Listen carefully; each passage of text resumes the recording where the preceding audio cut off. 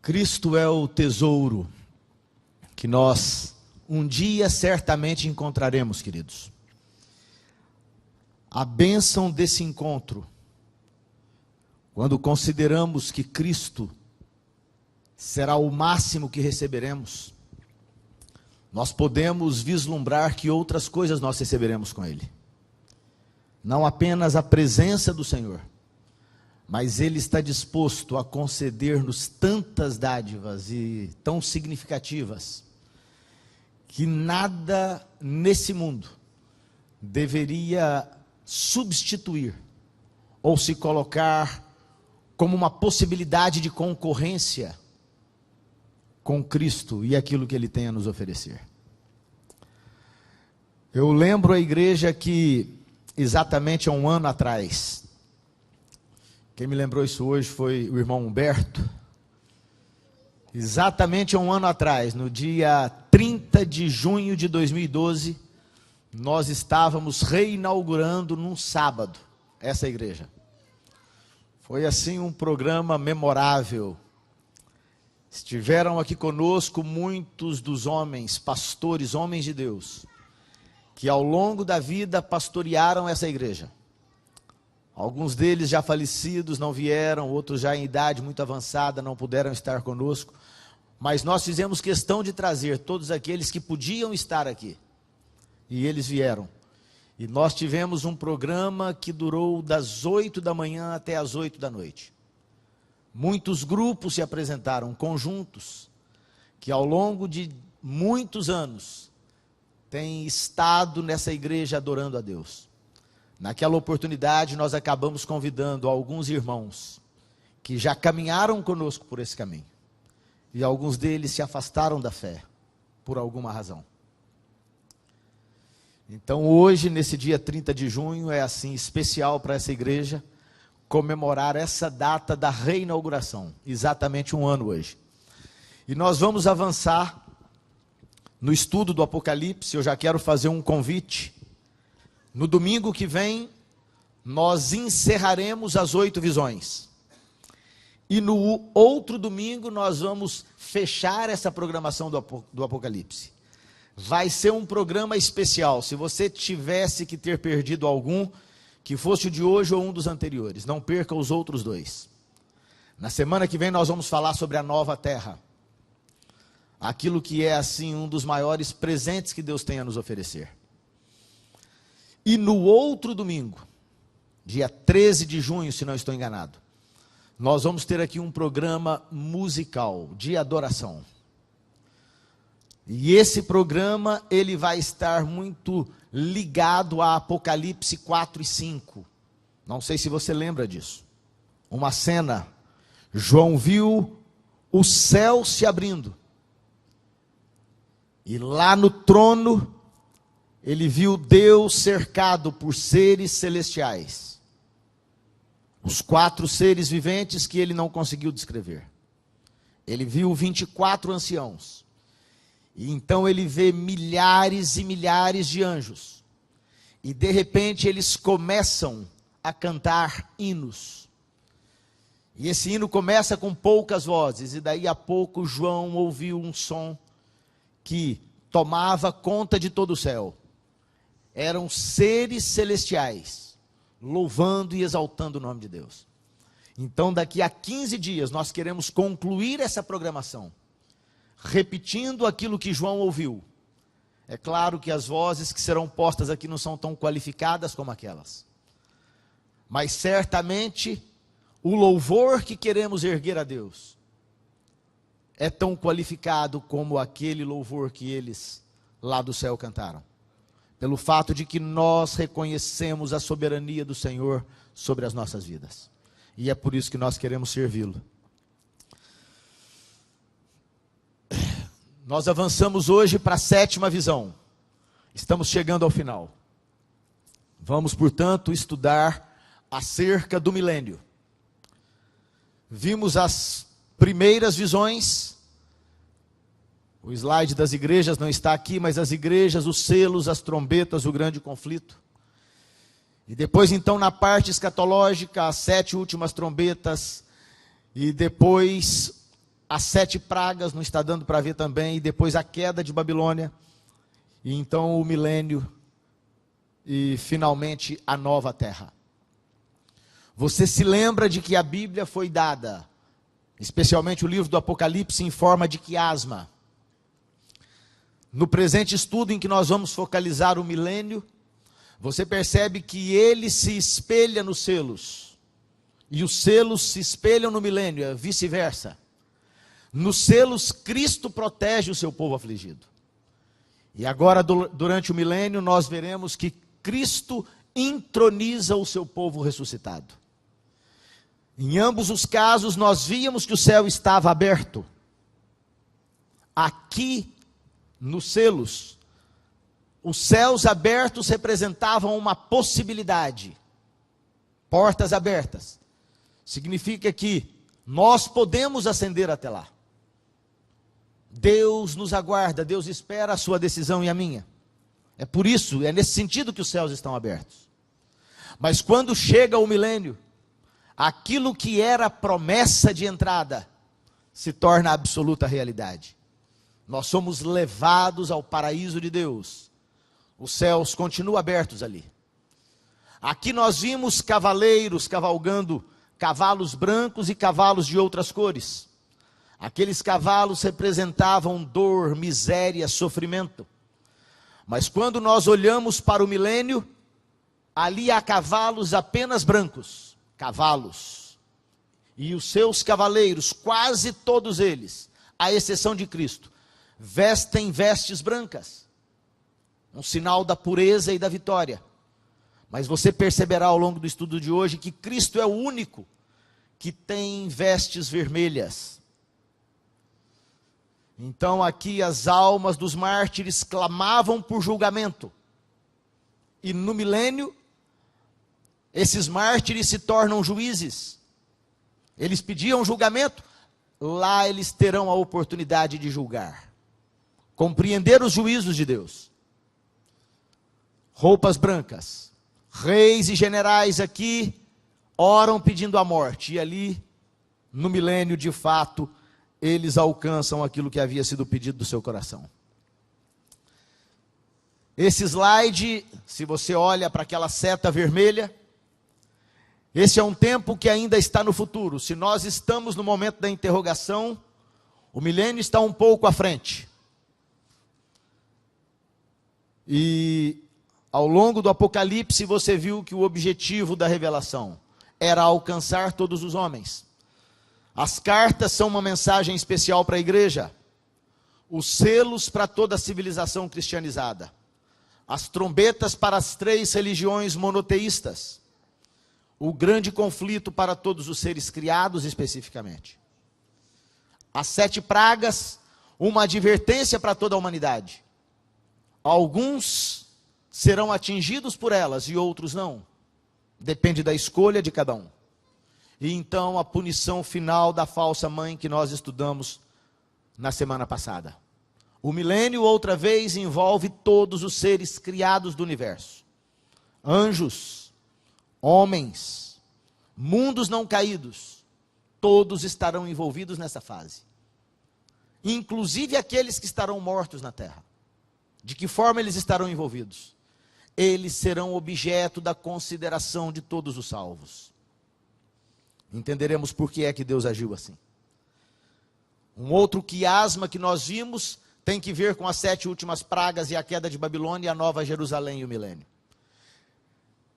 Hoje nós vamos estudar as circunstâncias relacionadas com a santa cidade, o milênio.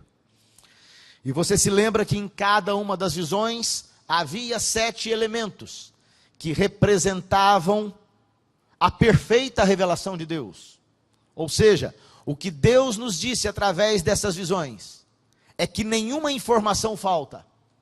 A informação dada, ela é completa, ela é suficiente, ela é perfeita. Para que ninguém se perca. Para que todos encontrem os céus abertos, o caminho da vida. 7 igrejas, 7 selos, 7 trombetas, 7 cenas, 7 pragas e 7 cânticos. E finalmente, nós chegamos às 7 cenas do milênio. Que cenas são essas? Cristo surge como conquistador. Os seus inimigos são mortos. Satanás é preso. Os remidos avaliam o julgamento. Satanás é libertado. Os rebeldes são sentenciados. E a terra é renovada e a cidade santa desce. Qual teria sido a cena do santuário vinculada ao milênio? Assim como em relação à queda de Babilônia, 6ª visão, na 7ª visão, nós não temos mais uma cena do santuário. A obra sacerdotal de Cristo no santuário celestial encerrou-se no momento das pragas. Ou seja, o símbolo do santuário não mais se aplica. O símbolo do santuário que nos acompanha desde os dias de Moisés, quando Deus dá a ele a maquete para que ele construísse o santuário do deserto, e que fez absoluto sentido ao longo de toda a história humana, quando nós chegamos à queda de Babilônia, 6ª visão, a 7ª visão, que é o milênio, e a 8ª visão, que é a Nova Jerusalém, já não faz sentido. Porque Cristo terá deixado para sempre o santuário. Não há mais oportunidade de salvação. Quem é justo, seja justo ainda. E aquele que permanece em pecado, permaneça no seu pecado. Então vem a história do milênio. Interessante que em relação ao milênio, se você for estudar acerca disso, você perceberá que há pelo menos 4 posições. A igreja adventista tem uma posição bastante definida em relação a esse tema. Mas se você for buscar informações nas igrejas evangélicas, em diversas confissões de fé cristãs, você verá que há 4 variações que estão estampadas aqui.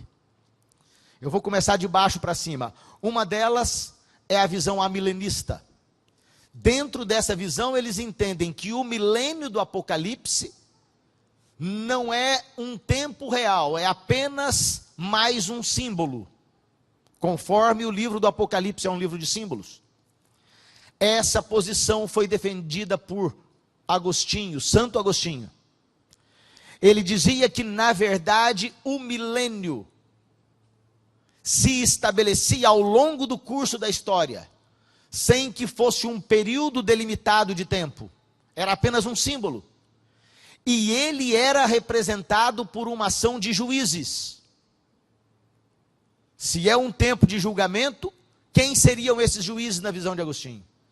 Ele diz que os bispos, os papas e os líderes católicos, sentados em seus tronos, a eles competia a atividade de julgar o mundo e as pessoas.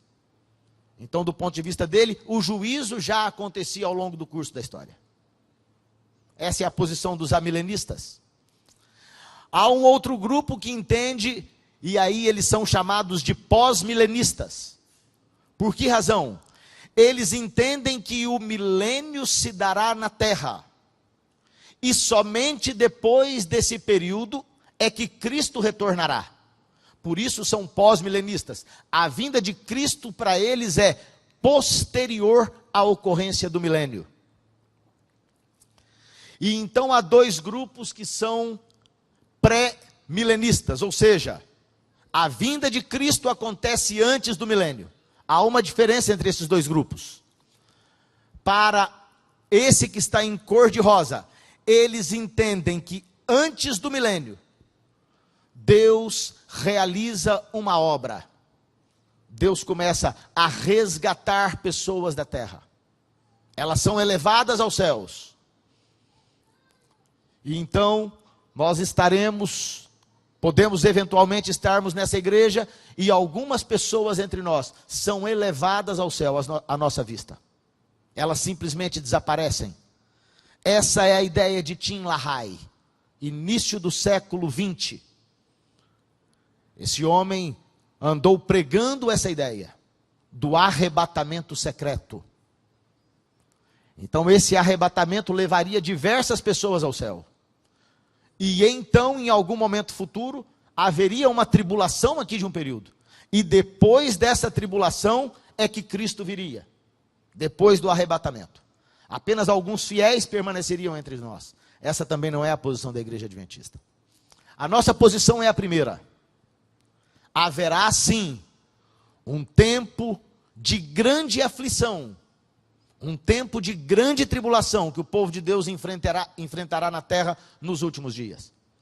Nós temos lido e estudado a respeito desses eventos. A queda, por exemplo, das 7 últimas pragas, a perseguição final ao povo de Deus. Isso representa um período de grande tribulação na terra. Mas à medida que enfrentarmos isso, chegará o momento em que Cristo surge nas nuvens dos céus com poder e grande glória. E quando isso acontece e os salvos são levados para o céu, é que de fato começa-se a contar o período dos 1000 anos. Para que você tenha ideia, a palavra milênio não aparece nos originais da Bíblia. O que aparece lá é um período de 1000 anos. E às vezes as pessoas ficam pensativas, dizendo, será que esse período de 1000 anos, a esse período não se aplicaria, por exemplo, o princípio dia-ano, já que em outros lugares proféticos da Bíblia isso é assim? Acontece que quando nós vamos a essa visão de João sobre o milênio, nós não temos praticamente em toda a 7ª visão nenhum evento profético dentro do contexto da visão. Nós temos uma narrativa de João daquilo que ele viu. Percebe a diferença? João não está colocando para dentro da visão algo que se aplique dentro de um período diferente daquelas circunstâncias. João está falando de fatos como se estivesse contando apenas uma história daquilo que será. Vamos avançar um pouco. Vamos às 7 cenas. No início do milênio, há 3 delas. Cristo vem como conquistador, seus inimigos são mortos e Satanás é preso. Durante o próprio período dos 1000 anos, os remidos avaliam o julgamento. E ao final do período, Satanás é libertado, os rebeldes são sentenciados e a terra é renovada enquanto a cidade desce. Vamos à primeira dessas cenas. Cristo desce como conquistador. Apocalipse começa dizendo assim, acerca do milênio: vi o céu aberto, e eis um cavalo branco. O seu cavaleiro se chama Fiel e Verdadeiro. Você perceberá que nesses primeiros versos, Cristo recebe 5 títulos. E há um 6º título que não nos é revelado. Esse 6º título diz o texto que apenas Jesus sabe com que nome ele deve ser chamado. Certamente nós conheceremos esse nome lá. Essa é mais uma das surpresas do céu. Mas 5 nomes dele estão aqui definidos. Ele se chama Fiel e Verdadeiro. Julga e peleja com justiça. Essa é uma ação de Deus. Justos e verdadeiros são os caminhos do Senhor. Juízo e justiça são a base do seu trono. Os seus olhos são como chama de fogo. João já tinha visto essa mesma visão, lá na visão das igrejas. No primeiro momento em que ele ouve a Cristo, uma voz que brada por trás dele. Quando ele olha, ele já havia visto esses olhos de fogo. Na sua cabeça há muitos diademas. Tem um nome escrito que ninguém conhece, senão ele mesmo. Nós conheceremos esse nome lá. Agora, essas diademas são um aspecto intrigante. Se você acompanha toda a narrativa do Apocalipse, você não verá diademas na cabeça de Cristo antes desse momento. Você perceberá diademas na cabeça do dragão, na cabeça do falso profeta, na cabeça das bestas. Mas você não vê coroas, diademas são coroas na cabeça de Cristo. Essas coroas que foram usadas pelo dragão, elas jamais deveriam ter sido postas na cabeça dele. porque era uma reivindicação dele dominar sobre os reinos desse mundo. Ele é, portanto, não um rei que goze na plenitude a liderança sobre seus súditos. Ele é um usurpador do trono. Mas nesse momento final, depois que a vitória de Cristo está consolidada, e ele retorna para reivindicar da terra o seu povo, ele tem muitas coroas na sua cabeça.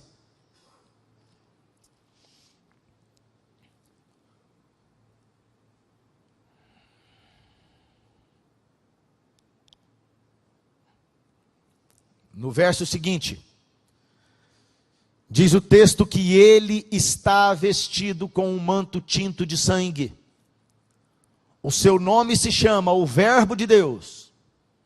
Se você se lembra, o mesmo João que escreve o Apocalipse já havia aplicado a Cristo esse título. João capítulo 1, verso 1. O Verbo estava com Deus e o Verbo era Deus. Todas as coisas foram feitas por ele. Sem ele nada do que foi feito se fez. O título, o Verbo de Deus. E seguiam-no os exércitos que há no céu, montando cavalos brancos, com vestiduras de linho finíssimo, branco e puro.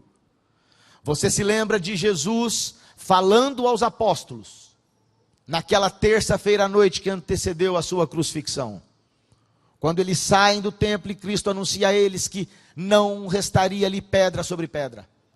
Quando eles chegam ao monte, eles perguntam: quando essas coisas acontecerão? Dize-nos os sinais da sua vinda e do fim do mundo. E lá no final desse discurso, Jesus afirma que os anjos dos céus desceriam com ele e ajuntariam os escolhidos de uma parte até outra. Então lá no milênio nós temos uma confirmação de que os exércitos do céu descem para cumprir uma tarefa, a missão que Cristo lhes confiou. Cristo está vestido de um manto tinto de sangue.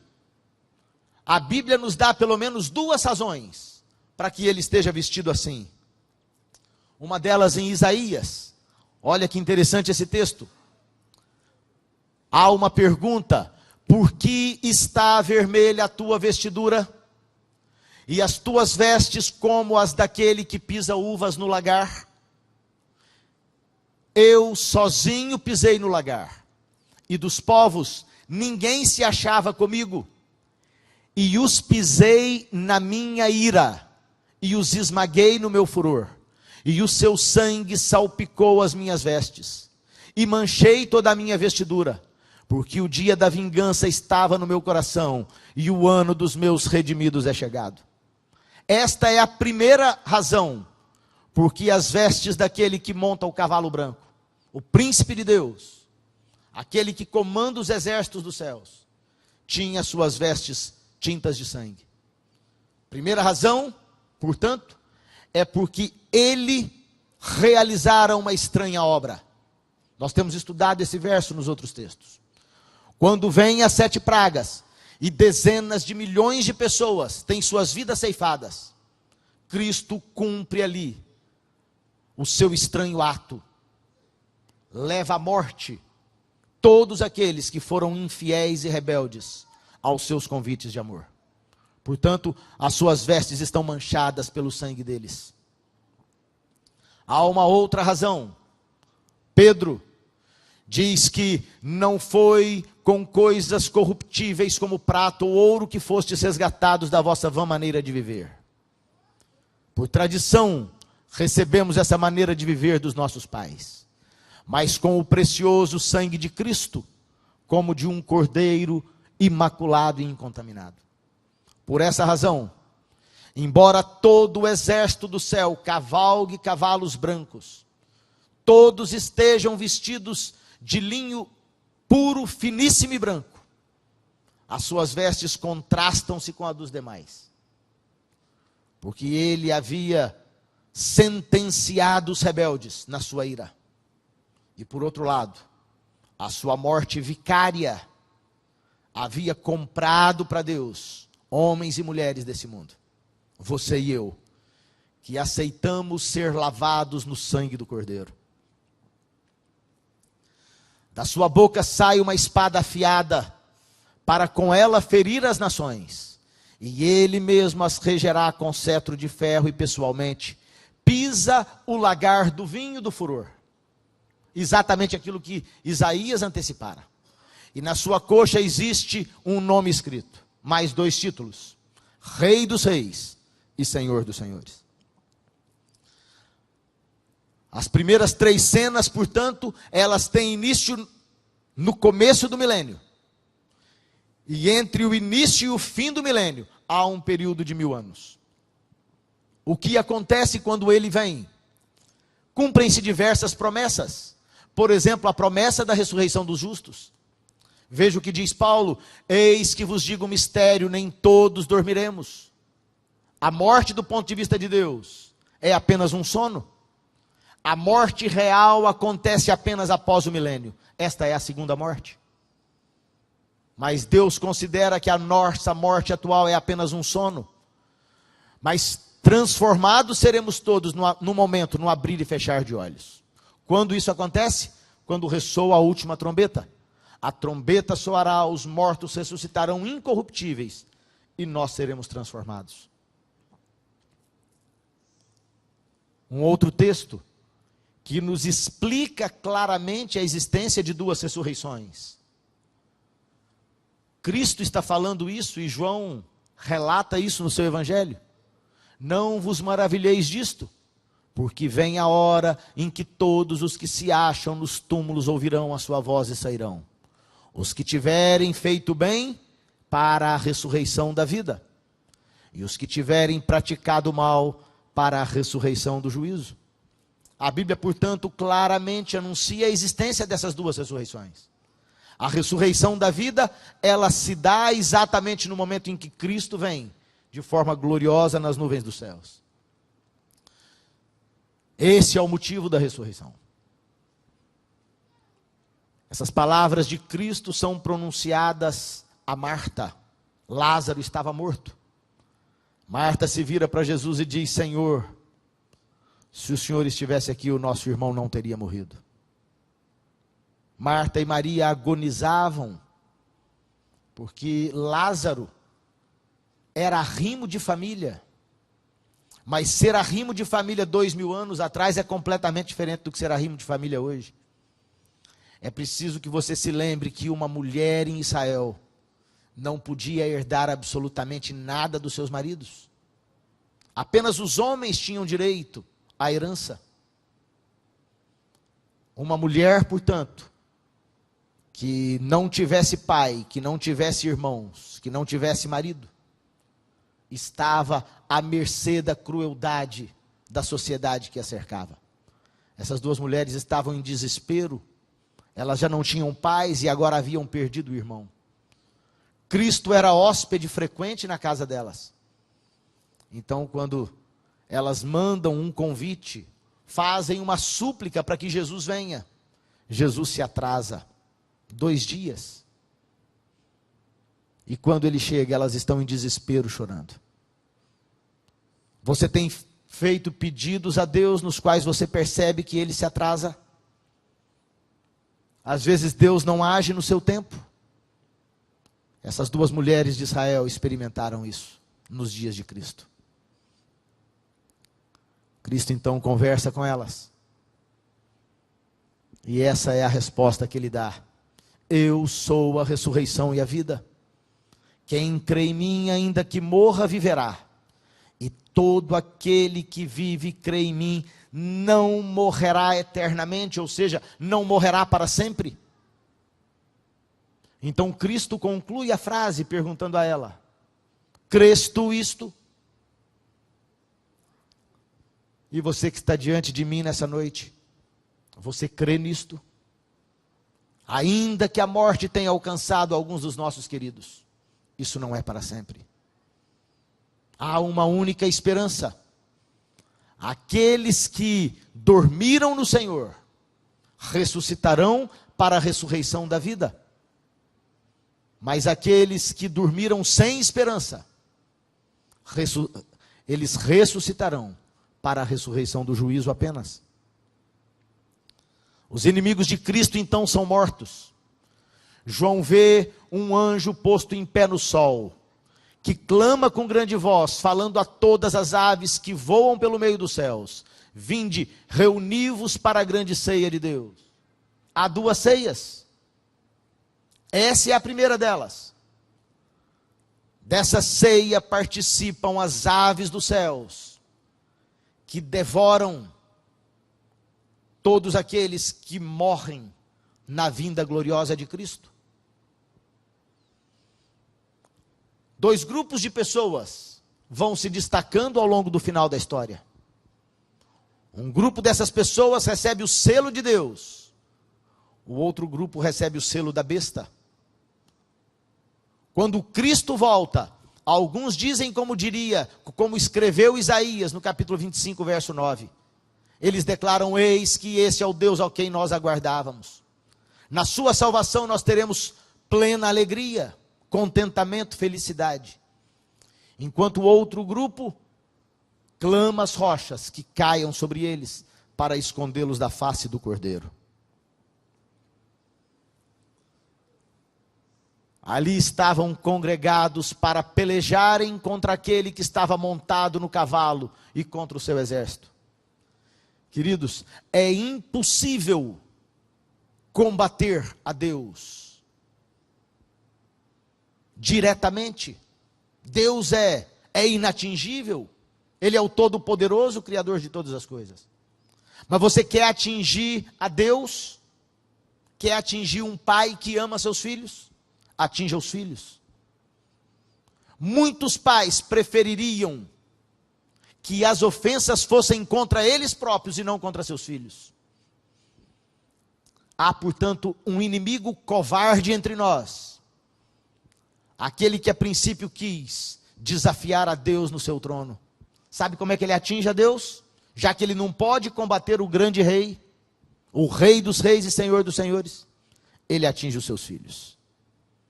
Ao longo de toda a história da igreja. É por isso que no livro do Apocalipse, em todas as cenas, em todas as visões que João viu, há um destaque especial para os filhos de Deus que sofrem, cujas vidas são ceifadas, que enfrentam problemas nesse mundo, perdas, que percebem lágrimas rolando dos seus olhos. Os filhos de Deus estão sendo atingidos. E é por essa razão que ele vem contra aqueles que de alguma forma, ao longo do caminho, acabaram ferindo seus filhos.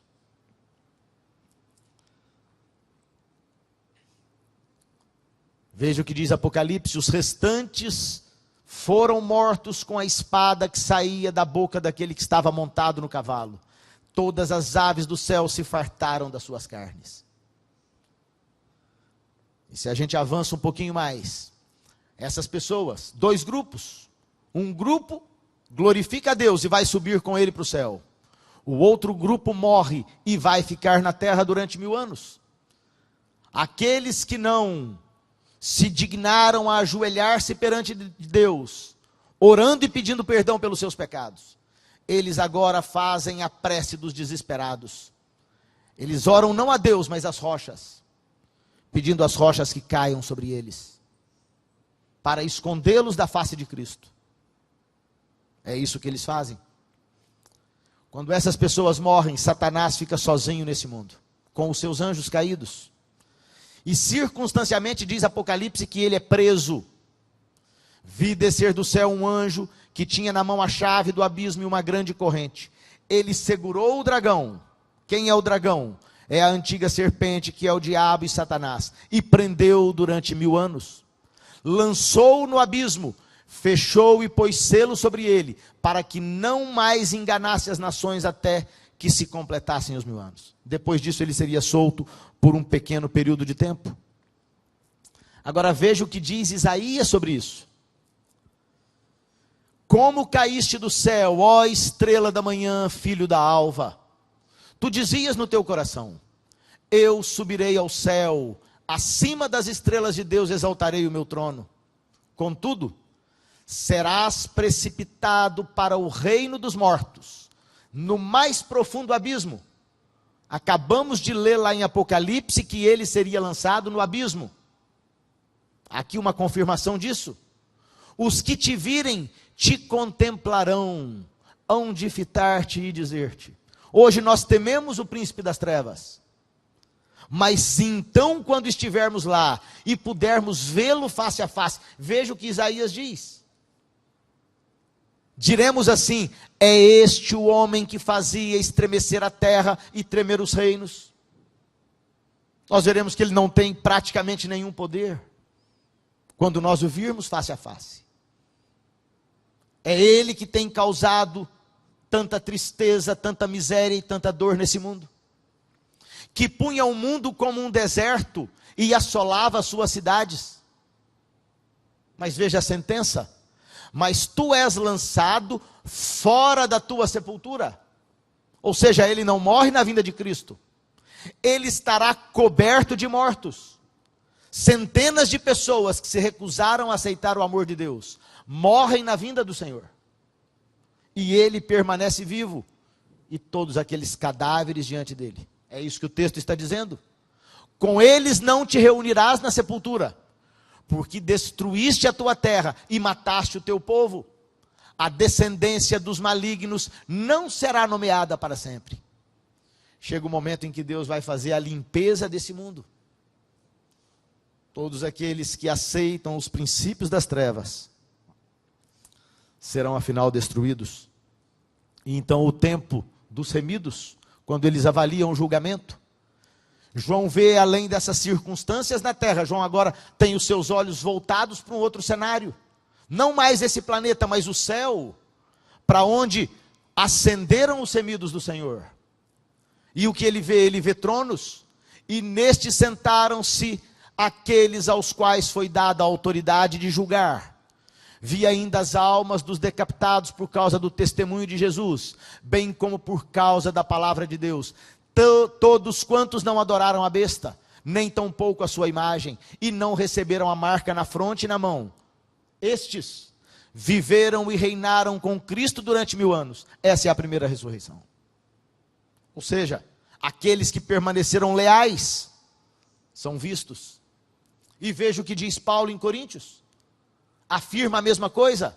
Não sabeis vós que os santos hão de julgar o mundo?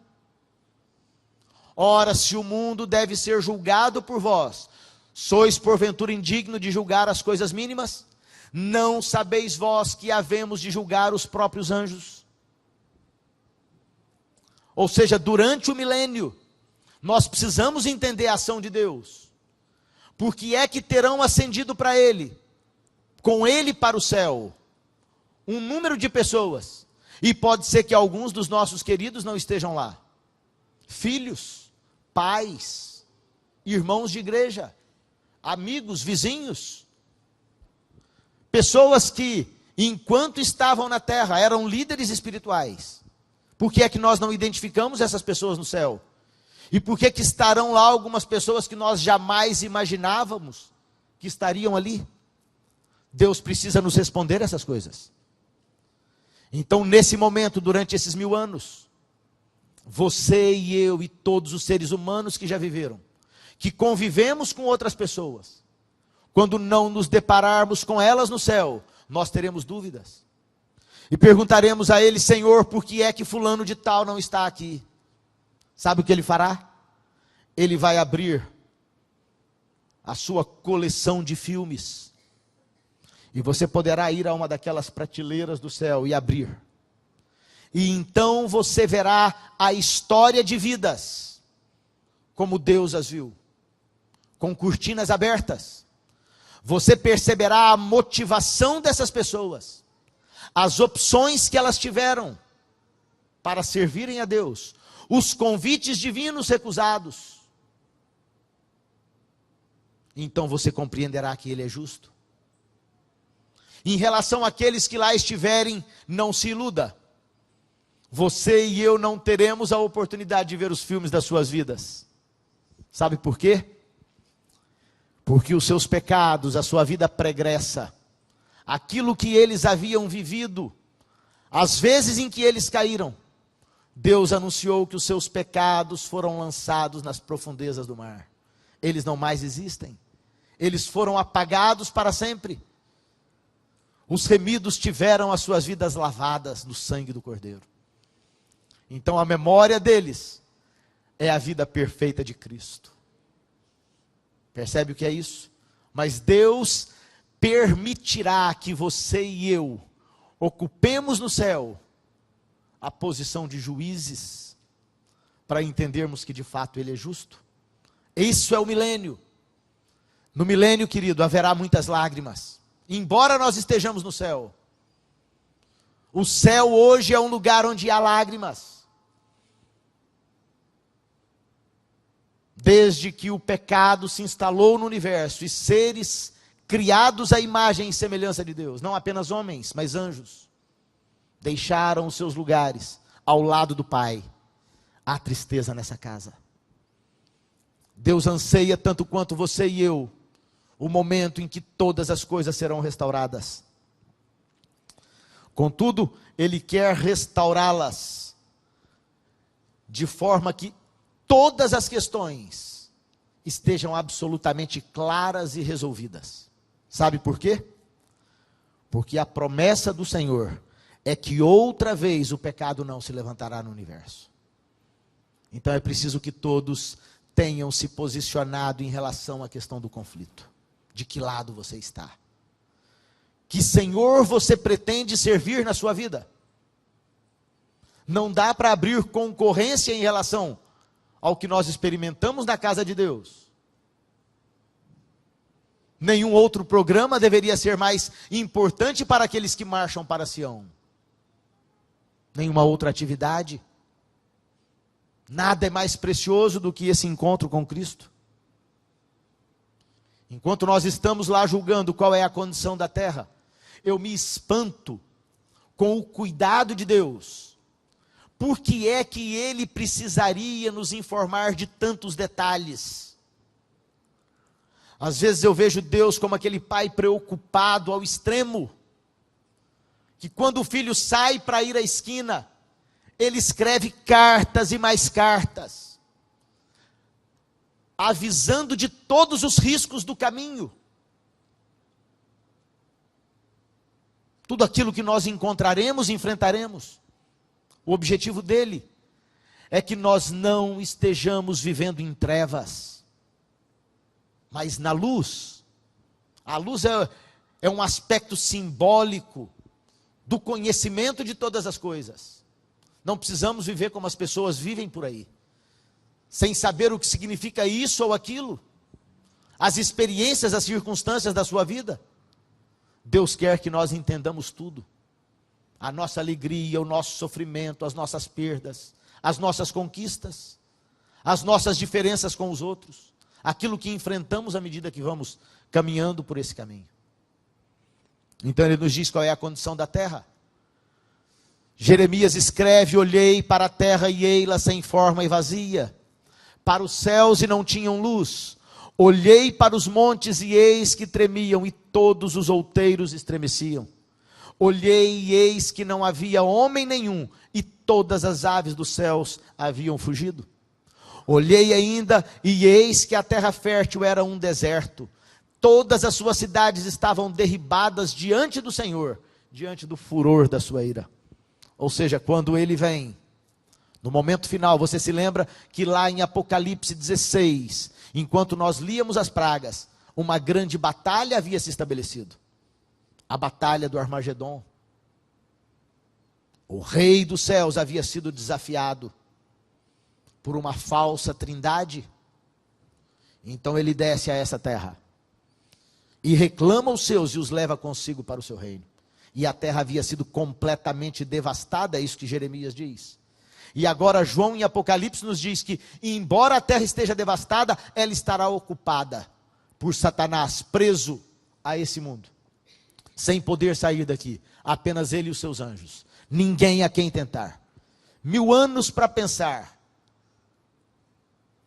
1000 anos para compreender o desastre que ele produziu no império de Deus. aquele que um dia quis se colocar acima das mais altas nuvens e fazer-se semelhante ao Altíssimo, é agora um prisioneiro das circunstâncias nesse mundo completamente desfigurado. Finalmente Satanás é libertado após o milênio. Como ele é libertado? Quando um grupo de seres ressuscita, aqueles que haviam morrido na vinda de Cristo, que foram julgados pelos santos, que compreenderam que Deus havia sido justo, agora ao final do milênio eles ressuscitam. Essa é a ressurreição do juízo, de que Cristo havia falado. Os restantes dos mortos não reviveram até que se completassem os 1000 anos. Bem-aventurado e santo é aquele que tem parte na primeira ressurreição. Sobre esses a segunda morte não tem nenhuma autoridade. Pelo contrário, serão sacerdotes de Deus e de Cristo e reinarão com ele durante esses 1000 anos. Quando, porém, se completarem os 1000 anos, Satanás será solto da sua prisão e sairá a seduzir as nações que há nos 4 cantos da terra, Gog e Magog, a fim de reuni-las para a peleja. O número dessas é como a areia do mar. Para o céu terá subido uma grande multidão, representada por 144.000. Mas aqui os ímpios são como a areia do mar. Finalmente esses rebeldes são sentenciados. Marcharam então pela superfície da terra. Sitiaram o acampamento dos santos e a cidade querida. Desceu, porém, fogo do céu e os consumiu. O diabo, o sedutor deles, foi lançado para dentro do lago de fogo e enxofre, onde já se encontram não só a besta, como também o falso profeta, e serão atormentados de dia e de noite, pelos séculos dos séculos. Vi um grande trono branco e aquele que nele se assenta, de cuja presença fugiram a terra e o céu. Não se achou lugar para eles. Vi também os mortos, os grandes, os pequenos, postos em pé diante do trono. Abriram-se os livros. Ainda outro livro, o livro da vida, foi aberto. E os mortos foram julgados segundo as obras, conforme aquilo que se achava inscrito no livro. E finalmente, a segunda morte, o lago de fogo. Algumas pessoas imaginam que Deus é tão cruel que vai manter pessoas sofrendo pelos séculos dos séculos. Mas a expressão ali é a expressão grega aionios. Ela fala de eternidade, mas a eternidade numa certa perspectiva. As pessoas serão destruídas enquanto existir matéria para que seja destruída ali.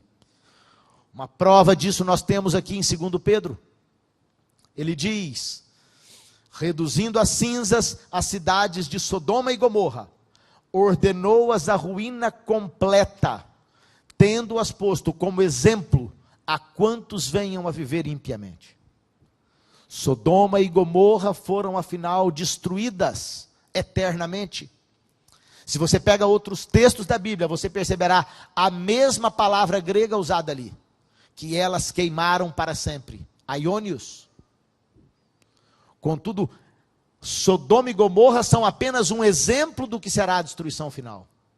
Deus destrói, e quando não há mais matéria, simplesmente desaparecem aqueles que foram destruídos. Eu fico imaginando qual é o tempo da retaliação de Deus. Se o juízo e a vingança fossem colocados nas nossas mãos, é possível que em alguns casos, para fazermos justiça aos nossos olhos, nós pegássemos, por exemplo, alguns homens cruéis, algumas mulheres cruéis, que são capazes de violentar os próprios filhos, bebês ainda, que são capazes de matar por uma nota de R$10, e às vezes matam os nossos filhos, por causa de nada. É bem possível que se nós fôssemos realizar a vingança, nós tomássemos essas pessoas e as picássemos em pedaços, por causa da crueldade dos nossos corações. Mas eu acredito que um Deus de amor, Ele resolverá a questão do juízo em poucos segundos. Não há necessidade de tempo, eles não precisam sofrer mais. A grande perda estará diante deles. A cidade querida. A possibilidade de vida eterna, enquanto eles serão para sempre destruídos. Aqueles que estiverem na nova terra, os que foram transformados pelo Senhor, terão corações parecidos com o dele, serão misericordiosos como o Senhor. E então eles serão eliminados. E é bem possível que do lado de fora da cidade estejam muitas pessoas com as quais nós tivemos a oportunidade de marchar nesse mundo, enquanto estamos vivos aqui. Parentes, amigos. Nem nós quereremos que eles sofram tanto. Então Deus vai eliminá-los rapidamente, para reestabelecer a história. Eis que vem o dia e arde como fornalha. Todos os soberbos e todos os que cometem perversidade serão como restolho. O dia que vem os abrasará, diz o Senhor dos Exércitos, de sorte que não lhes deixará nem raiz e nem ramo. Eles desaparecerão para sempre. E finalmente, a terra é renovada e a cidade desce. João então vê novo céu e nova terra, pois o primeiro céu e a primeira terra passaram e o mar já não existe. Vi também, diz ele, a cidade santa, a nova Jerusalém, que descia do céu da parte de Deus, ataviada como noiva para o seu esposo. E então ouvi grande voz vinda do trono dizendo: eis o tabernáculo de Deus com os homens. Deus habitará com eles. Eles serão povos de Deus e Deus mesmo estará com eles. Imagine o que será isso.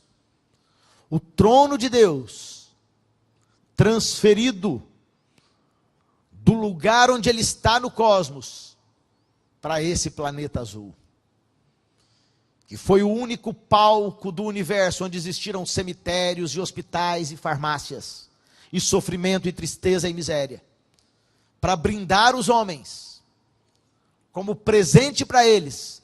Deus transfere a capital do universo para essa terra. Imagine a honra que nos é concedida. Imagine como ele se preocupa conosco, como ele se interessa pela sua vida. Dá para você entender os apelos, os gritos de amor que ele grita aos seus ouvidos.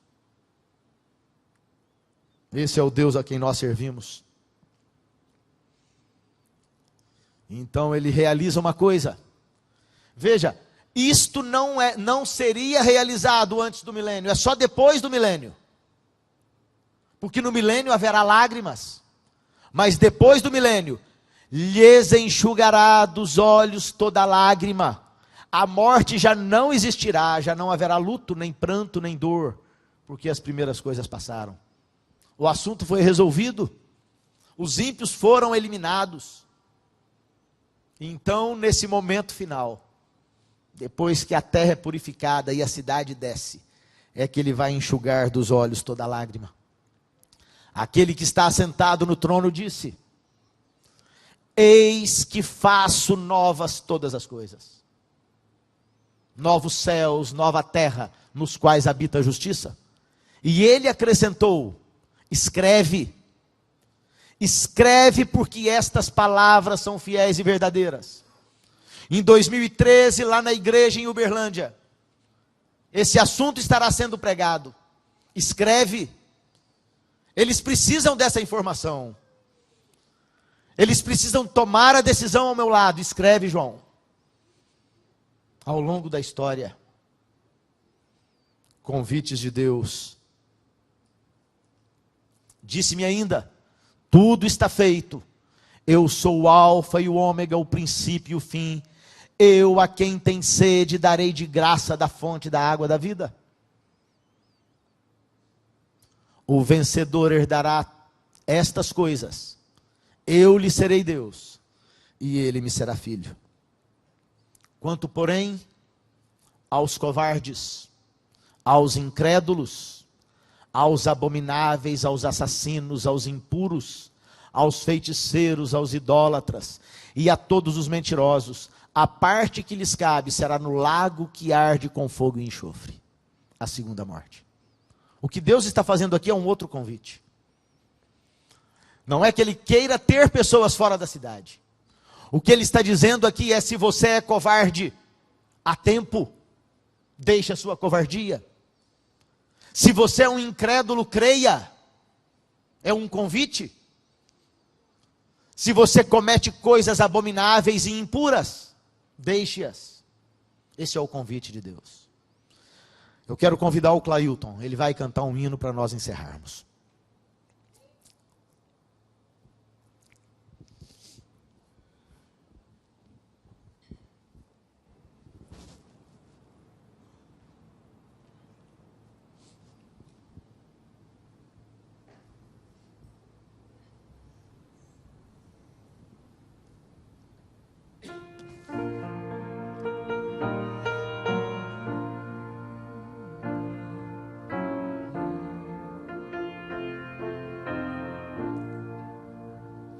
Sonhei que amanhã do juízo rompeu ao tocar o clarim. Sonhei que as nações junto ao trono reunidas estavam, enfim. Um anjo glorioso descendo se pôs sobre a terra e o mar, a mão para o céu apontando, jurou não haver mais tardar. Milhões de perdidos choravam em clamor, tristezas e ais. As rochas bradavam e aos montes, mas ó, era tarde demais. O rico surgiu, mas seu ouro em pó a ferrugem desfez. A conta com Deus contraída é grande demais desta vez. Estavam ali poderosos,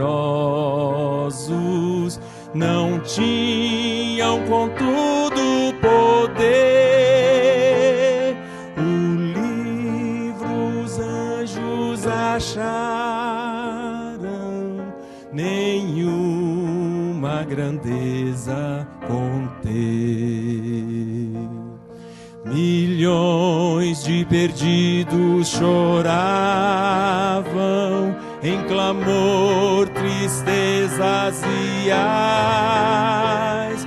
As rochas bradavam e aos montes, mas ó, era tarde demais.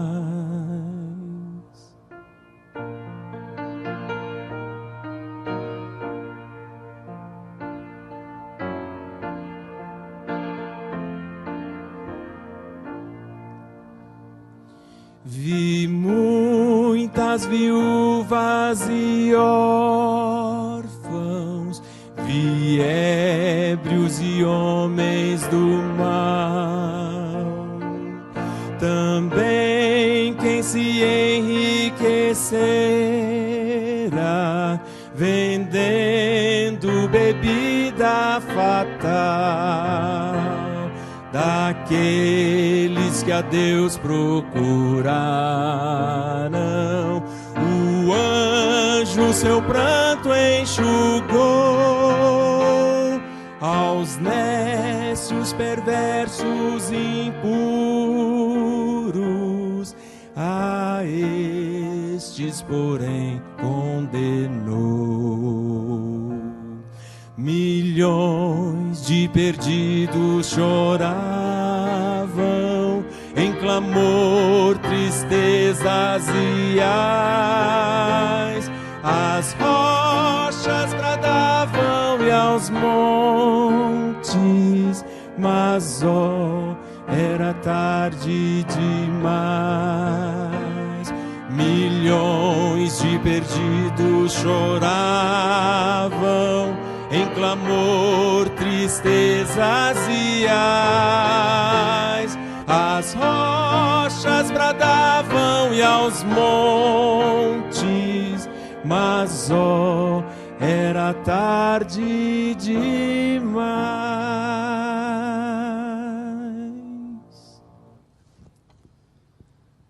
Quer queiramos, quer não, um dia nós estaremos de um de dois lados. Ou estaremos dentro da cidade, ou estaremos do lado de fora dela. Essa é uma decisão de que lado você estará. É uma decisão que você não poderá tomar naquele momento.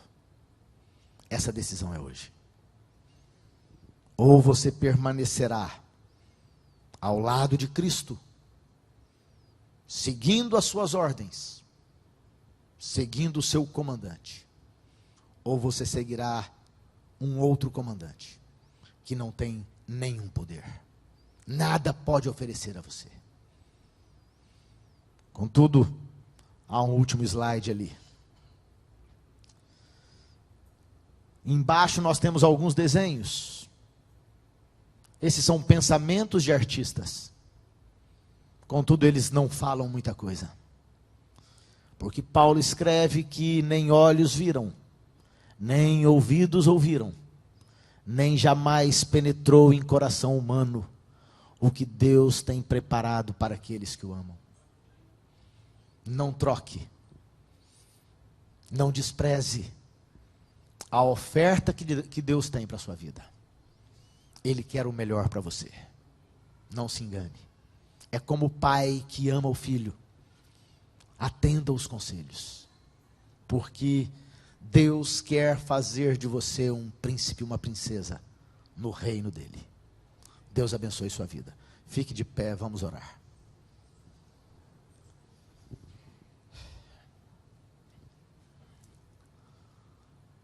Senhor nosso Deus, que grande impacto as suas palavras causam em nós. Nós queremos te pedir, Senhor, que apesar das nossas debilidades, das nossas fraquezas, da nossa inconstância, mesmo quando percebemos a grandeza do seu amor, a grandeza do seu cuidado, às vezes nós nos desviamos, mas nós queremos te pedir, em nome de Jesus, pelo sangue vertido no Calvário, nós suplicamos que as nossas vidas sejam lavadas, transformadas e mantidas absolutamente no controle das suas poderosas mãos, até aquele dia. Queremos estar contigo para sempre no reino. Que o Senhor nos aceite, em nome e nos méritos do Senhor Jesus. Amém.